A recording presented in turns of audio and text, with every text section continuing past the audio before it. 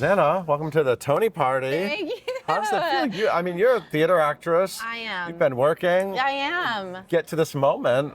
How are you processing it? I mean, I'm thrilled. I'm so moved and thrilled. You know, the show closed in February, and so it was like, I don't know what people are going to care about by the time May rolls around, and the notion that like it is still resonating with people. People are still thinking about it.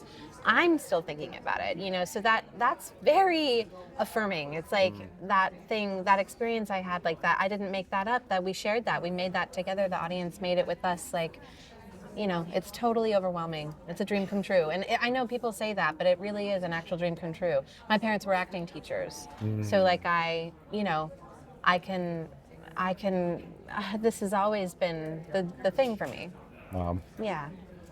Liberation was such a special run, a special show, a special company of women on stage. One guy. Yeah, Charlie. Honorary woman. Fantastic stories of women in that time period. Yeah. What was it like delivering it to audiences? And I was, the night I was there, everyone was so moved. I was so moved by it. The connection with the audience was beautiful. What was it like to be in the middle of all that? I mean, it's a privilege. So like, you know, I had this experience early on of like realizing I was in another play, and it was Our Town. And so like we get to the end of that play, and like the whole room is sobbing, and you're like, well, you know, I think I'm good, but I'm not that good. You know, this is the play. I have the privilege of being the conduit for the play. And so that's what it was like. It was decades of being ready to get out of the way of the play and everyone else in the room, and just kind of like be the conduit for everyone's listening to each other and hearing each other and witnessing each other. You know, what people are moved by when they come to see the play is not something I'm doing. It's the fact that they are able to see themselves in me, in Betsy, in the other women on stage.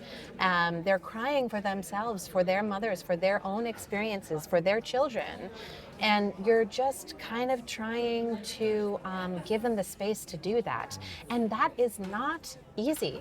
That sounds like nothing, and it's actually really not easy. And it was really important to me, speaking of conversation with the audience, because there's so much direct address in the play, that was a real conversation, that wasn't just like coming forward and being like, oh, well, hey, how you doing, moving on. But that was, if someone calls something out, we're having a real conversation.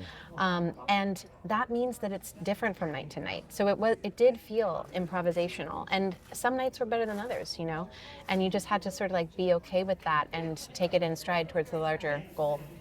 Yeah, it was really special too, because you came out basically and just started talking. To the way that the play started was so. Yeah, no, I think like, you know, a lot of people have like rituals. They have like things that they do to sort of like get into the zone, and like that's not.